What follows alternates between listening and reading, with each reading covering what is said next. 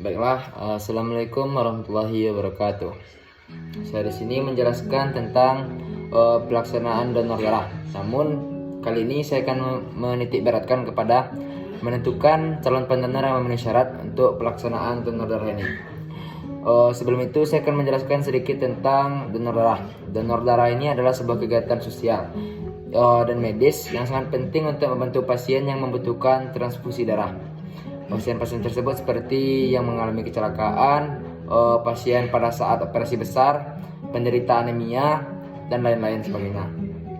Namun, tidak semua orang bisa langsung menjadi pendonor darah. Akan tetapi ada sejumlah syarat medis dan fisik yang harus dipenuhi oleh orang tersebut agar pendonor tersebut baik dan darah tersebut baik untuk diterima oleh orang yang membutuhkan darah tersebut.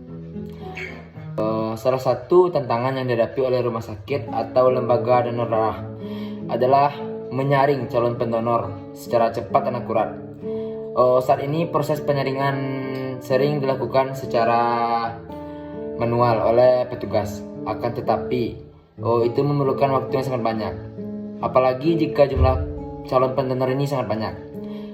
Oleh karena itu saya di sini memakai sistem algoritma untuk menentukan syarat-syarat umum yang digunakan untuk menentukan kelayakan pendonor darah. Antara lain, usia minimal dari seorang pendonor adalah 17 tahun dan maksimalnya itu 60 tahun. Sedangkan berat badannya juga diperlukan di sini. Minimal berat badan seorang pendonor itu 45 kg. Pendonor adalah orang yang tidak mengalami gangguan kesehatan seperti batuk, demam, dan infeksi. Pendonor telah melewati setidaknya 3 bulan sejak donor darah terakhir. Apabila pendonor tersebut 1 bulan sebelumnya melakukan donor darah, itu tidak termasuk ke dalam tidak memenuhi syarat pendonor darah. Yang ketiga itu yang selanjutnya, jika penyaringan ini tidak kita lakukan, bisa terjadi risiko seperti pendonor mengalami efek samping karena tidak fit atau dalam keadaan sakit. Yang kedua, kualitas darahnya itu yang disumbangkan tidak layak untuk digunakan.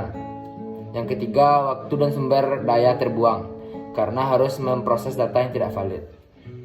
Oleh karena itu, dibutuhkan sebuah sistem otomatis berbasis algoritma pemrograman yang sudah saya jelaskan tadi, yang dapat membantu untuk memproses data pendonor dan juga menentukan apakah mereka layak untuk memenuhi syarat untuk donor darah. Sistem ini akan menerima input dari pengguna berupa usia, berat badan, status kesehatan, dan waktu terakhir donor. Berdasarkan input tersebut, algoritma akan memutuskan apakah orang tersebut boleh atau tidak boleh melakukan donor darah. Selanjutnya saya akan menjelaskan tentang coding yang akan kita gunakan untuk algoritma pemrograman apakah mereka layak atau tidak untuk melakukan transfusi darah. Jadi di sini kita diminta untuk memasukkan usia.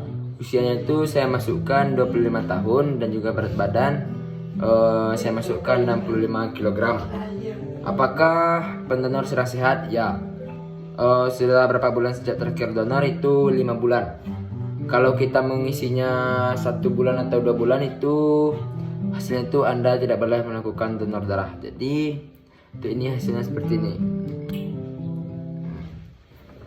Mungkin sekian untuk coding tentang pendonor darah atau syarat-syarat yang harus dipenuhi oleh seorang pendonor darah. Mungkin sekian dari saya akhiri dengan assalamualaikum warahmatullahi wabarakatuh.